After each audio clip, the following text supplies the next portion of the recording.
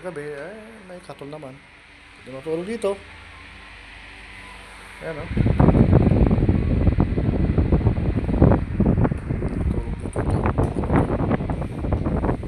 Kawayan. Galing pala kami binigay ng pinsan ni misis ko sa Pangasinan.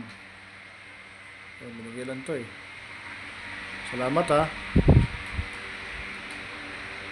Ayan. Regalo niya. Isang maliit, dalawang maliit. Isa lamisa, tsaka itong mahaba. Dito matutulog mamayang gabi. Ayan. Whiskey!